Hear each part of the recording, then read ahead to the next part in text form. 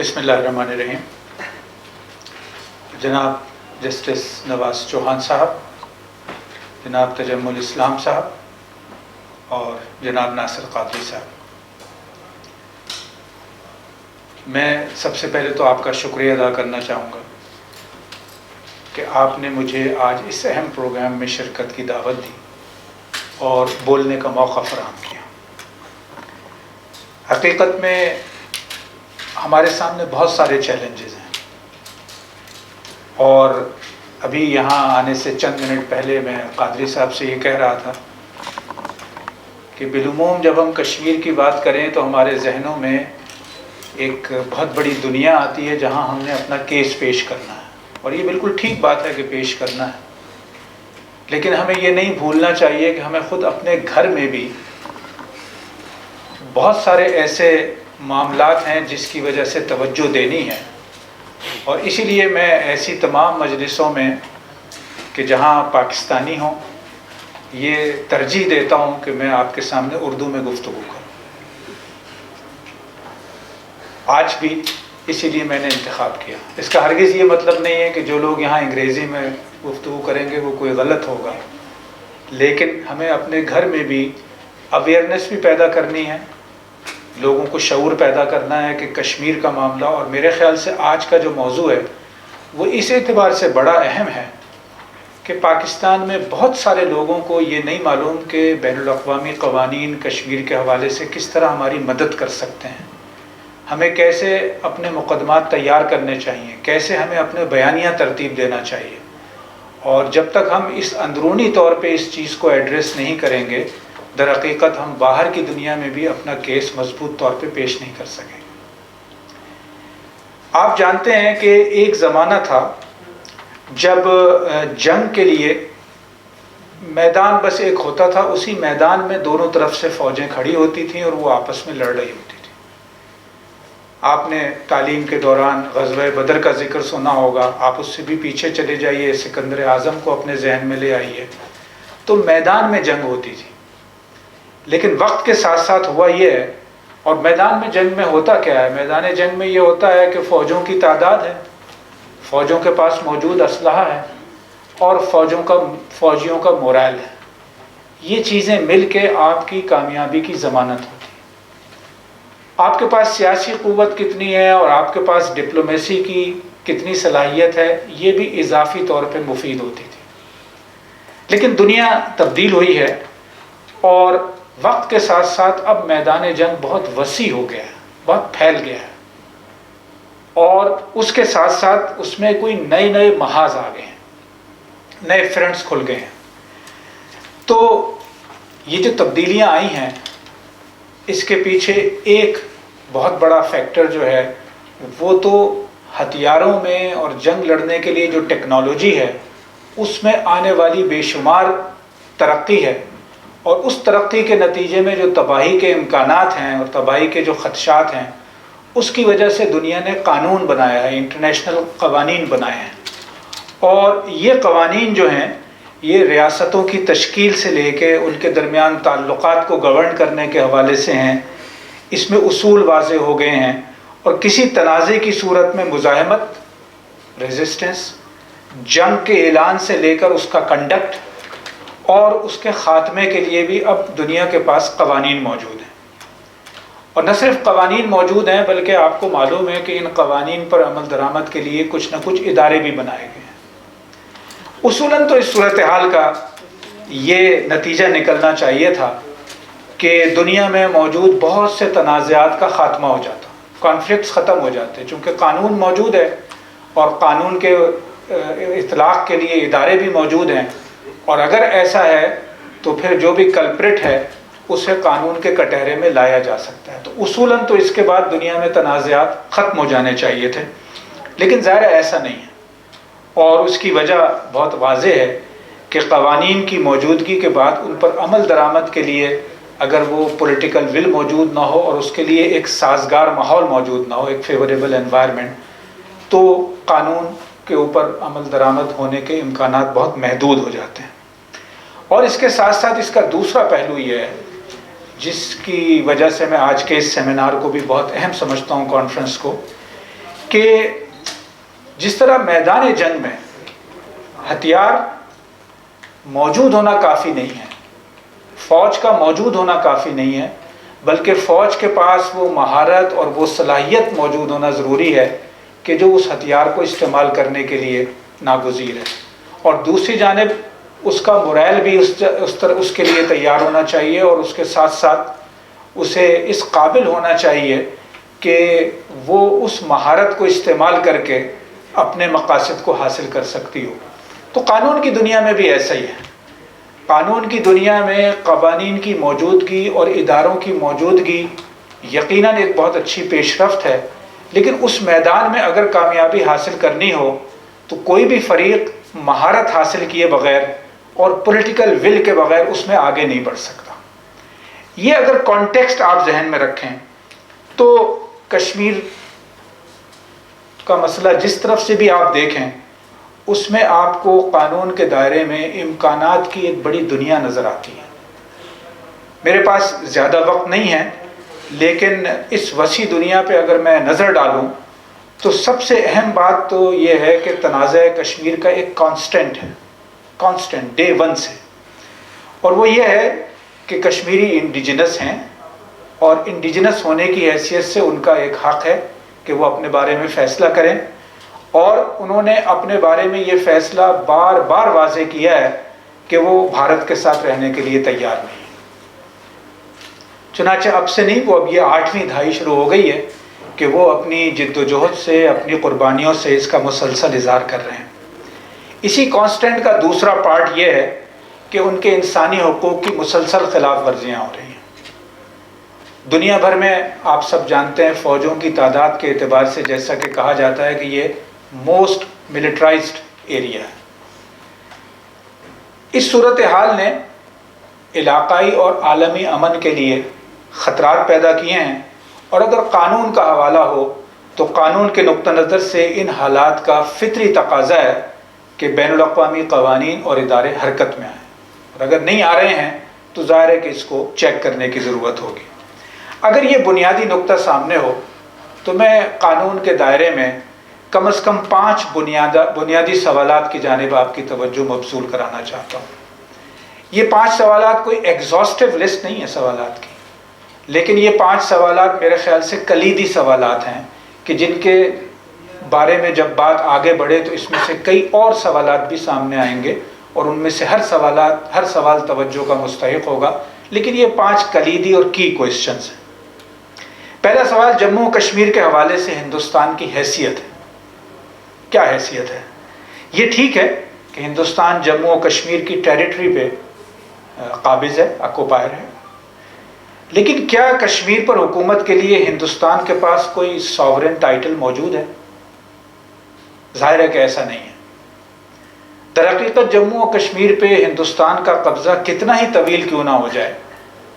اس کی حیثیت ایک قابض فوج یا آکوپائنگ فورس کی رہے گی، اور کشمیر پر ساورن ٹائٹل اسے صرف اس وقت حاصل ہو سکتا ہے جب جموں و کشمیر کے عوام اپنی آزاد مرضی سے اس کے ساتھ ہلاک کا فیصلہ کریں۔ تو قانون کی دنیا میں آئیں تو یہ ایک بہت کلیدی چیز ہے کہ اپنی حیثیت کے اعتبار سے اس کے پاس کوئی ساورن رائٹ نہیں ہے، کوئی ساورن ٹائٹل نہیں ہے۔ دوسرا سوال، ہندوستان محض آکوپائر نہیں ہے، اس نے اپنے مختلف اقدامات سے ماضی میں بھی وہ کرتا رہا ہے، اور اب 5 اگست 2019 اس کے بعد کی جو اس نے قانون سازی کی ہے، اس نام نہاد قانون سازی سے اس نے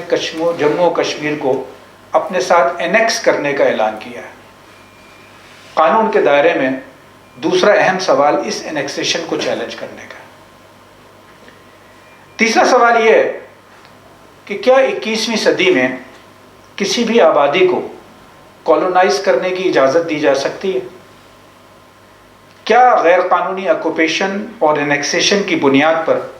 جموں و کشمیر میں ہندوستان کی حیثیت ایک کالونائزر کی نہیں ہے؟ کولونیلزم تو نام ہی لوگوں کو ان کی آزاد مرضی کے بغیر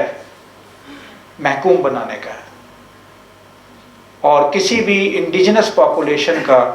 یہ بنیادی حق ہے کہ اسے حق خود ارادیت دیا جائے. کولونیلزم اس کا ڈینائل ہے اور بین الاقوامی قانون کی خلاف ورزی ہے. چوتھا سوال یہ ہے کہ عام کانفلکٹ کے تناظر میں کشمیر کو کیسے دیکھا جائے. قانونی طور پر جب بھی کسی تنازع میں دو یا دو سے زائد ریاستیں فوجی سطح پر برسر پیکار ہوں تو وہ انٹرنیشنل آرمڈ کانفلکٹ کہلاتا ہے. ناصر صاحب جب سے اسلام آباد آئے ہیں یہ ہمیں یہ سمجھا رہے ہیں اور بہت سارے لوگوں کو سمجھانے میں کامیاب ہوئے ہیں, اور میرے خیال سے اس اعتبار سے ان کو مبارکباد دینا چاہیے کہ انہوں نے جس نقطے کو اپنے پیش نظر رکھا ہے اس پہ بڑے پیمانے پہ اویئرنیس کریٹ کرنے کی کوشش کی ہے. کشمیر کے بارے میں ہم سب جانتے ہیں, کھلی حقیقت ہے کہ پاکستان اور ہندوستان ہی نہیں, ایک درجے میں چائنا بھی ایک ایسی ریاستی فوج قوت ہے کہ جو کشمیر کے اس پورے تنازع میں کسی نہ کسی طرح سے موجود ہے, اور اس اعتبار سے اس کے بارے میں دو آرا نہیں ہونی چاہیے کہ یہ ایک انٹرنیشنل آرمڈ کانفلکٹ ہے. لیکن اس کے ساتھ ہی یہ بھی واضح رہنا چاہیے کہ قانون کی زبان میں کسی بھی تصادم کو آرمڈ کانفلکٹ قرار دینا یہ کسی ایک فریق کی ثوابدید نہیں ہے, اس کا ڈسکریشن نہیں ہے کہ وہ نہ مانے تو اس کے نتیجے میں وہ آرمڈ کانفلکٹ نہیں ہوگا. اور کشمیر کے معاملے میں ہم یہ بھی کہہ سکتے ہیں کہ یہ محض انٹرنیشنل آرمڈ کانفلکٹ نہیں بلکہ نان انٹرنیشنل آرمڈ کانفلکٹ بھی ہے کہ خود مقامی طور پہ ایسے گروہ موجود ہیں کہ جن کے ساتھ ہندوستان کا فوجی تصادم موجود ہے. اگلا اور اس سے سوال سے جڑا پانچواں سوال یہ ہے کہ اگر یہ انٹرنیشنل آرمڈ کانفلکٹ ہے تو کیا اس حوالے سے ہونے والی انسانی حقوق کی خلاف ورزیوں پر ہیومن رائٹس کی وائلیشن تو ہے ہی ہے, کیا انٹرنیشنل ہیومینیٹیرین لاز کا اپلیکیشن نہیں ہونا چاہیے؟ یہ سوال بڑا اہم ہے. در حقیقت ہندوستان کی جانب سے جموں و کشمیر میں انسانی حقوق کی شدید اور مسلسل خلاف ورزیوں کے بارے میں تو اب کسی کو بھی کوئی شبہ نہیں ہے, اور یہ ایک خوشی کی بات ہے کہ دنیا میں اس پہ کسی نہ کسی درجے میں آواز اٹھ رہی ہے. لیکن جو لوگ کشمیر کے معاملے کو قانون کے دائرے میں آگے بڑھانا چاہتے ہیں ان کا فرض ہے کہ وہ اس سے آگے بڑھیں کہ IHL کس طرح سے اس کا اطلاق ہوگا, اور اس کا مطلب یہ ہے کہ ہندوستان کے ان آفیشلز کو کہ جو مقبوضہ کشمیر میں ہیومن رائٹس کی خلاف ورزیاں کر رہے ہیں انہیں وار کرائمز کا اور اسی طرح سے کرائمز اگینسٹ ہیومینٹی کا ایک طرح سے ٹارگٹ بنایا جائے. اگر جیسے میں نے پہلے عرض کیا یہ 5 بنیادی سے اور کلیدی سے سوالات میں نے آپ کے سامنے رکھے ہیں, لیکن اس کا یہ مطلب نہیں ہے کہ اس میں اور سوالات نہیں ہو سکتے. ظاہر قانون کی دنیا سے تعلق رکھنے والے لوگ جانتے ہیں کہ انہی میں سے بہت سے ضمنی سوالات بھی ابھرتے ہیں. لیکن جیسے ہمارے پروگرام کا عنوان ہے کہ ہمیں یعنی پراسپیکٹس اور اسٹریٹجیز پر بھی بات کرنی ہے, میں اسٹریٹجی کے حوالے سے چند باتیں آپ کے سامنے اور یہ بھی 5 نکات کی شکل میں پیش کروں گا, 5 پوائنٹس. پہلی چیز یہ کہ ہمارا جو نیریٹو ہے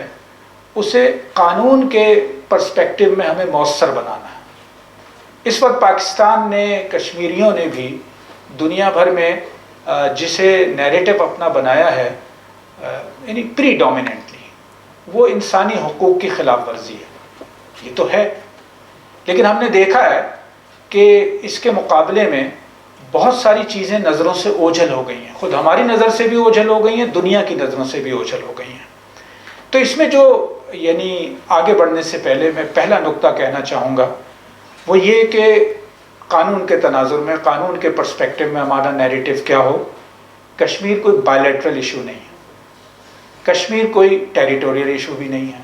یہ ہمارے نیریٹو کی بہت ہی بنیادی طور پہ 2 نکات ہونے چاہیے. اس سے آگے بڑھیں تو ہم یہ بین الاقوامی طور پہ ریکگنائزڈ ایک ڈسپیوٹ ہے. یہ 2 کروڑ لگ بھگ 2 کروڑ کم و بیش 2 کروڑ لوگوں کے رائٹ آف سیلف ڈٹرمنیشن کا معاملہ ہے.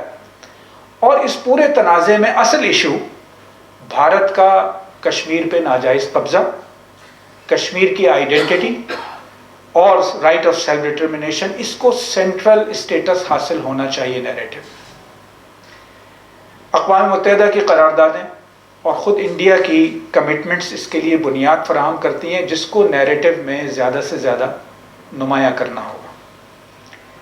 قانون کے پرسپیکٹو میں جو دوسری بات میں کہنا چاہتا ہوں لائے عمل کے حوالے سے،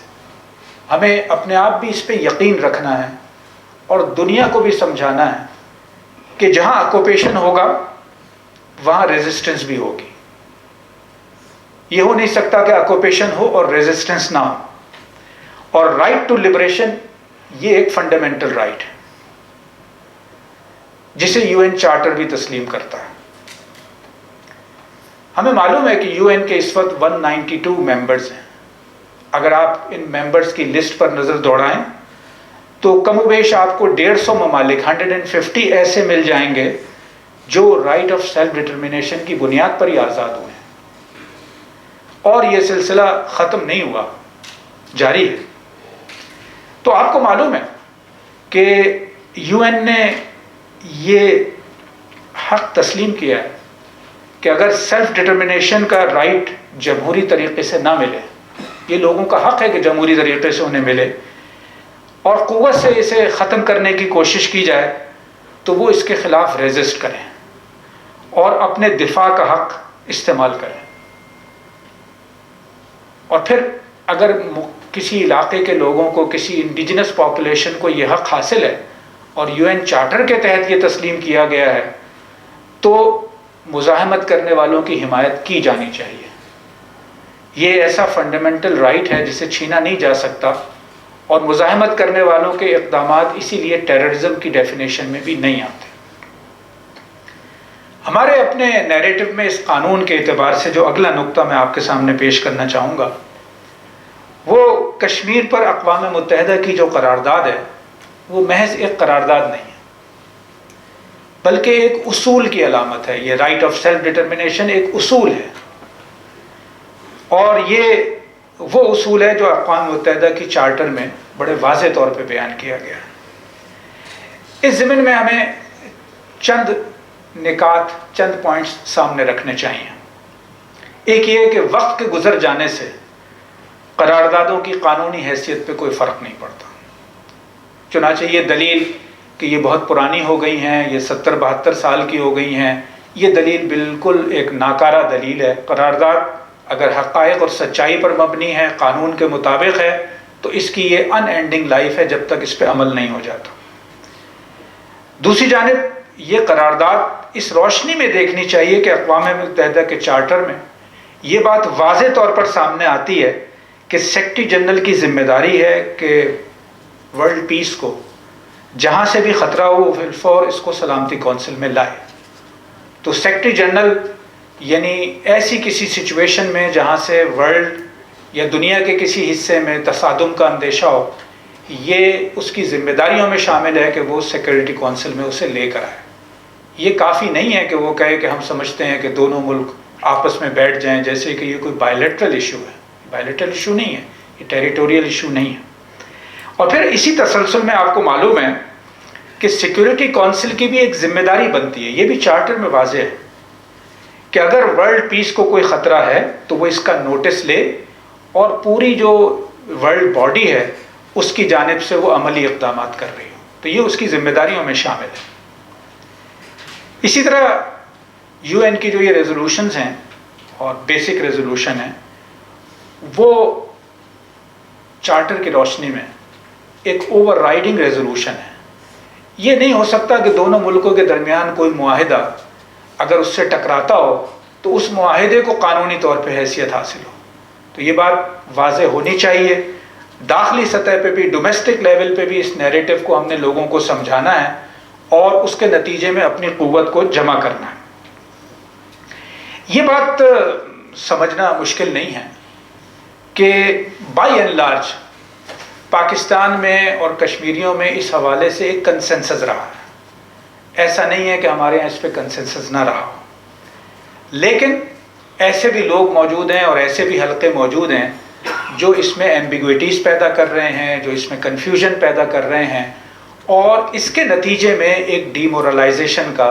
ایفیکٹ وہ ڈالنے کی کوشش کر رہے ہیں. اس اعتبار سے یہ جو قانون کی بنیاد پہ نیریٹو کے نکات ہیں ان کو سامنے رکھتے ہوئے ہمیں خود اپنے ملک میں جو پالیسی سازی کے میدان میں لوگ سرگرم ہیں، ذمہ دار ہیں، انٹلیکچوئلز ہیں، یونیورسٹیز ہیں، اسکالرز ہیں، میڈیا کے لوگ ہیں، ان سب کی ہمیں ایک پراپر اورینٹیشن کی ضرورت ہے. اور مجھے بڑی خوشی ہوتی ہے یہ دیکھ کے کہ LFOV کے اس اعتبار سے بہت سرگرم ہیں. ہم انسٹیٹیوٹ آف پالیسی اسٹڈیز میں بھی یہ کام کر رہے ہوتے ہیں اور ہم نے مل کے بھی ماضی میں کام کیا، انشاءاللہ تعالیٰ آئندہ بھی کر رہے ہوں گے. لیکن یہ ایک بہت بڑا چیلنج ہے. خود بار ایسوسیشنز میں میرے خیال ہے اس کی ضرورت ہے کہ اس نوعیت کی اورینٹیشن کی جائے، چونکہ بار ایسوسیشنز اگر اس معاملے میں پرو ایکٹیو ہو جائیں، شاید وہاں لوگوں کی تفہیم کا اتنا مسئلہ نہ ہو، انڈرسٹینڈنگ کا اتنا مسئلہ نہ ہو جتنا کسی بھی یعنی قانون سے غیر وابستہ لوگوں میں ہو سکتا ہے. ظاہر انہوں نے قانون پڑھا ہے، لیکن ان کو ریمائنڈ کرانے کی ضرورت ہے، ان کو موٹیویٹ کرنے کی ضرورت ہے، پش کرنے کی ضرورت ہے کہ وہ اس مقدمے کو دنیا کے سامنے پیش کرنے کے لیے تیار ہوں. اسی طرح پاکستانی ڈپلومیٹس، مجھے کئی دفعہ یہ محسوس ہوتا ہے، ہمارا بہت کلوز کانٹیکٹ ڈپلومیٹس کے ساتھ رہتا ہے، کہ پاکستان کے ڈپلومیٹس کی ایک نسل وہ تھی، اور دنیا بھر میں بھی ڈپلومیٹس کی ایک نسل وہ تھی کہ جس نے کشمیر کے مسئلے پہ بہت بھرپور واقفیت بھی حاصل کی ہوئی تھی، اور اس کی انڈرسٹینڈنگ اور نالج میں آپ کسی طرح سے کمی نہیں کہہ سکتے تھے. لیکن وقت گزرنے میں یہ ضرور ہوا ہے کہ یہ نالج اور انڈرسٹینڈنگ کم ہو گئی ہے، اور اس کے نتیجے میں اس حوالے سے کمٹمنٹ بھی کم ہو گیا. تو یہ جو اسٹریٹجی ہم بنانے جا رہے ہوں، یہ سوچ رہے ہوں کہ آئندہ کا لائحہ عمل کیا ہو، تو اس میں یعنی ڈپلومیٹس کی بھی اپنی جگہ ایک اورینٹیشن کی ضرورت ہے، اور اس میں پاکستانی ڈپلومیٹس بھی اور باقی دنیا میں بھی، اور اسی طرح خود پارلیمنٹ کے لوگ ہیں، ان کی بھی اورینٹیشن کی ضرورت ہے. ایک بہت اہم چیز یہ ہے کہ ہم انٹرنلی اپنے ملک میں کسی بھی ایسے اقدام سے، ایسے اقدام سے گریز کریں جو قانون کی دنیا میں ہمارے آرگومنٹ کو اور ہمارے نیریٹو کو کمزور کرنے والا ہو. میں اس کی تفصیل میں نہیں جا رہا، لیکن میرا خیال ہے اس کی بہت سارے مواقع آتے ہیں کہ جب یہاں ہماری اپنی پولیٹیکل لیڈرشپ، ادروائز ہماری لیڈرشپ، یا ہمارے یہاں حکومتی سطح پہ گورننس کی خرابی کی وجہ سے، ہوم ورک نہ ہونے کی وجہ سے، یا ایسے اقدامات ہو جاتے ہیں یا ایسے بیانات ہو جاتے ہیں کہ جو ہمارے اس قانون کی دنیا میں ہمارے بیانیے کو کمزور کرنے والے ہوں. اس ضمن میں بڑی اہم چیز ہے، اور وہ یہ ہے کہ یہ جو پورا کشمیر کا معاملہ ہے، جموں و کشمیر کا معاملہ، اس میں آزاد کشمیر کا اسٹیٹس، اس میں GB کا اسٹیٹس، اس میں ان کے لوگوں کا کردار، آزاد کشمیر حکومت کا کردار، یہ سب بہت بڑے بڑے عنوانات ہیں کہ جو اسی ایک عنوان میں پوشیدہ ہیں کہ ہماری اپنی جانب سے اقدامات کیا ہونے چاہیے اور کس طرح کے اقدامات سے گریز کرنا چاہیے. پریکٹیکل لیول پہ میرے خیال سے یعنی جیسے LFOV کے اور اس طرح دوسرے ادارے کام کر رہے ہیں، یہ سب پرائیویٹ انیشیٹوز ہیں، لیکن خود حکومتی سطح پر یہ ہونا چاہیے کہ ماہرین قانون کا کوئی ایسا گروپ تشکیل دیں جو مجموعی بیانیے کی روشنی میں عالمی اداروں اور یورپی اور امریکی عدالتوں میں اسپیسیفک کیسز کی تیاری کرے. اور مجھے خود ہی خوشی ہے کہ LFOV کے نے تو ایسے کئی کیسز تیار کیے ہیں، لیکن جس لارج اسکیل پہ وائلیشنز ہو رہی ہیں اور جس لارج اسکیل پہ وکٹمز موجود ہیں، میرے خیال سے یہ ایک بہت لارج اسکیل پہ کرنے کا کام ہے. اور اسی کا تقاضا یہ ہے کہ یعنی ہمارے پاس کوئی ایسا گروپ موجود ہو جو ڈیڈیکیٹڈ ہو، جو خود حکومت پاکستان کی اس سے سرپرستی حاصل ہو، مختلف وزارتوں کے ساتھ وہ ویل کوآرڈینیٹڈ ہو، اور پھر وہ پرو ایکٹیو ہو کے ایک کے بعد دوسرا کوئی اسپیسیفک کیس اٹھا رہا ہو. دوسری جانب دنیا بھر میں قانون کی دنیا میں قانون کے حوالے سے کانفرنسز ہو رہی ہوتی ہیں، مقالات لکھے جا رہے ہوتے ہیں، جرنلز میں چیزیں چھپ رہی ہوتی ہیں. تو یہاں پہ ہم اپنے کیس کو اور اپنی کیس کی سچائی کو کس طرح سے پیش کر سکتے ہیں، یہ اسی کام کا ایک حصہ ہے. دنیا کے بڑے دارالحکومتوں میں ہمیں اس حوالے سے کانفرنسز منعقد کرنی چاہیے. اگین یہ کام بہت سے کام حکومتوں کے کرنے کا ہے، بہت سے کام سفارت خانوں کے ذریعے سے ہونا ہے، لیکن ایک لارجر فریم ورک میں جب آپ لیگل ایرینا کے لیے کوئی اسٹریٹجی بنا رہے ہوں تو اسے کسی نہ کسی کو کرنا ہے. اور پرائیویٹ لیول پہ پرائیویٹ انیشیٹوز کی بنیاد پہ جتنا بھی ہو رہا ہے وہ بھی بہت ہے، لیکن اصل میں حکومت کو اس کو باقاعدہ ایک پروگرام کے تحت آگے بڑھانا ہوگا. اسی طرح کوئی بین الاقوامی قانون کے ماہرین پر مشتمل کوئی independent public war crimes tribunal, یہ بھی ایک ایسا خیال ہے جو بہت سے دوستوں کے پاس بہت عرصے سے موجود ہے، لیکن اس کو عمل درآمد کے میدان میں ابھی کوئی بڑی کامیابی حاصل نہیں ہوئی ہے۔ یہ بات واضح رہنی چاہیے کہ قانون جو ہے وہ کسی آئی لینڈ میں کام نہیں کر رہا ہوتا۔ قانون کے دائرے میں اقدامات کو اگر ہم نے نتیجہ خیز بنانا ہے، سکسیسفل بنانا ہے، تو اس کے لیے ماحول کو سازگار بنانا ہوگا، اور اس میں یعنی political arena, diplomatic arena, academic اور میڈیا،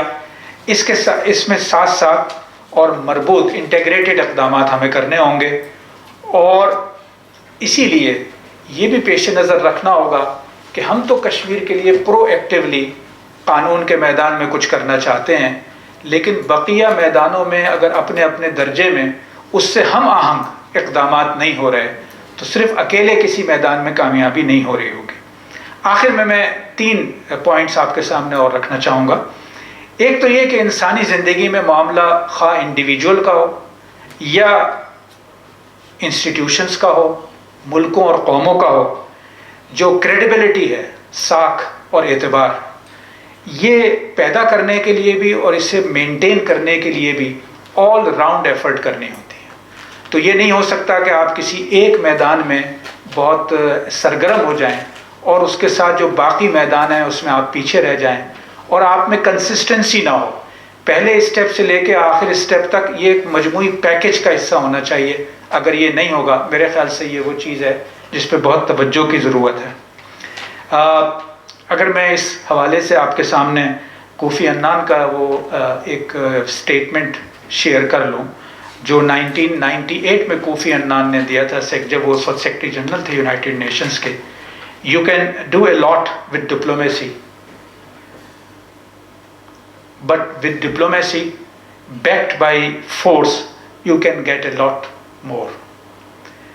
یہ 1998 کا ہے، بہت بڑی سچائی ہے، بہت بڑی حقیقت ہے۔ تو طاقت کے بغیر، طاقت کے کئی عنوانات ہیں، اور میں سمجھتا ہوں قانون کی بھی ایک بہت بڑی طاقت ہے۔ تو ڈپلومیسی اکیلے کام نہیں آئے گی، اس کے پیچھے طاقت کئی طرح کی ہونی چاہیے، اور میں سمجھتا ہوں کہ یہ کہے بغیر کوفی عنان نے کہا ہے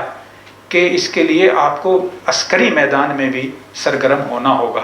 تو میں اس کے ساتھ اجازت چاہتا ہوں۔ بہت شکریہ کہ آپ نے مجھے دعوت دی، اور مجھے ایک اضافی فائدہ آج یہ ہوا ہے، میں بڑے عرصے سے خواہش مند تھا کہ چوہان صاحب کے ساتھ کوئی گپ شپ کروں،